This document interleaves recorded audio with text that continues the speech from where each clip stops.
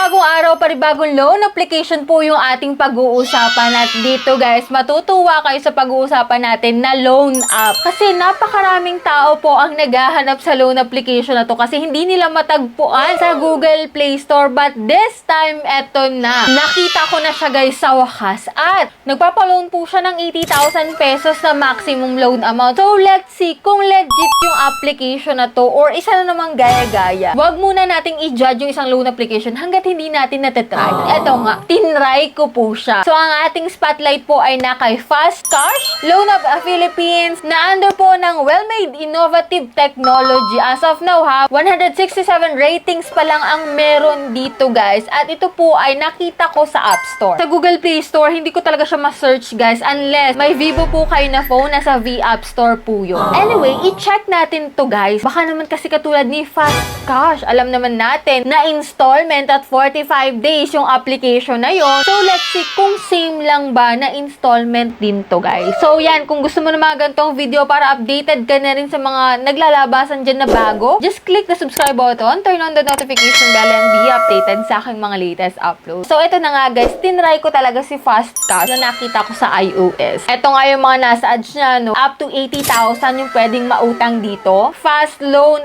made simple, syempre easy to use. Fast Cash from the name itself, no? One tap to apply and verify in 4 steps lang daw. And ito mga may multiple repayment methods sila guys, and secure and private daw sila. So let's see guys kung legit at worth it utangan itong si Fast Cash na nasa iOS. Ito na nga guys, no? As you can see here, 150 days daw po yung kanyang loan term at meron siyang 0.06% per day. Pero dun sa original na Fast Cash, 45 days siya, no? So ito iba. So click natin yung apply and dito maglalagin ka using your active mobile number and get code lang yan. So kung hindi mo mag-get code, click mo yung voice verification, mas madali. And ito yung nga yung mga certification list na need nating i-fill up. So hindi na tayo magpapasa ng payslip dito, basta one valid ID lang. So dito guys, yan magpipicture ka po ng ID mo and halos lahat naman po ng ID narito. And sa personal information, ayan, mag-start ka na mag-fill up nito guys. So kung ayaw mo mag-fill up at ayaw mo makuha din yung information mo, panoorin mo na lang to hanggang dulo ha. And ito nga guys, after nun is job information, ilalagay mo lang dito kung saan ka nag-work at kung magkano yung iyong sweldo. Sa emergency contact, 3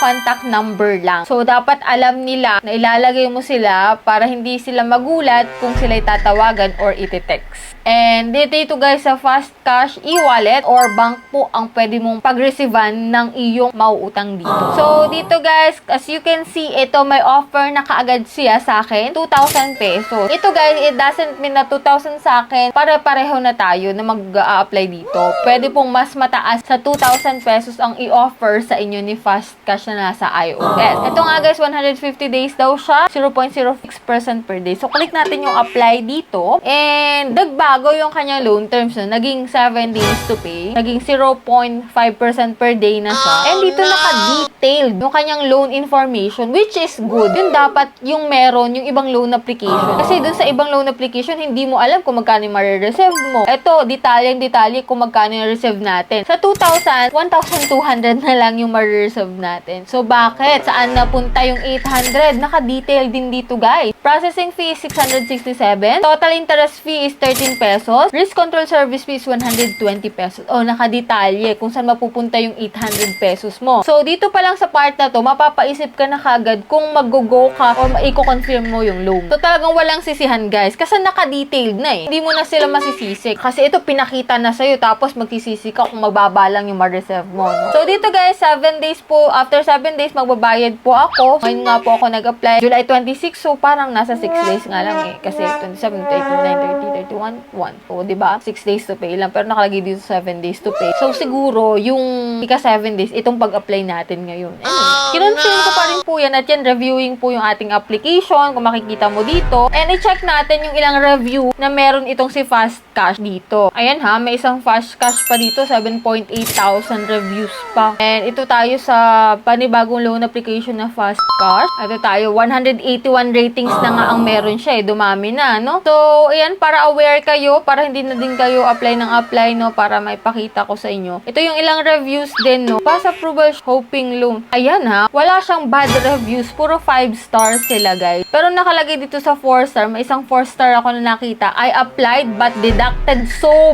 big and I received a little. So sad. So dito guys, nakadetalye naman kung magkano marireceive mo, bakit ganun yung kanilang review, anyway, sa kanilang opinion yun. So dito guys, sa part na to, mapapatigil ka dito, mapapastop ka kung go ka or hindi. So maganda yung application na lang kasi detalye, transparent sila doon guys. Magkano nila marireceive mo, nakalagay po. Kung kailan mo siya babayaran, nakalagay. So, yan, kinili ko pa rin po yung confirm dito at waiting po ako ng result, pero nung nakita ko yung result niya guys, eto nga yung nakalagay dito, audit rejected po yung aking application.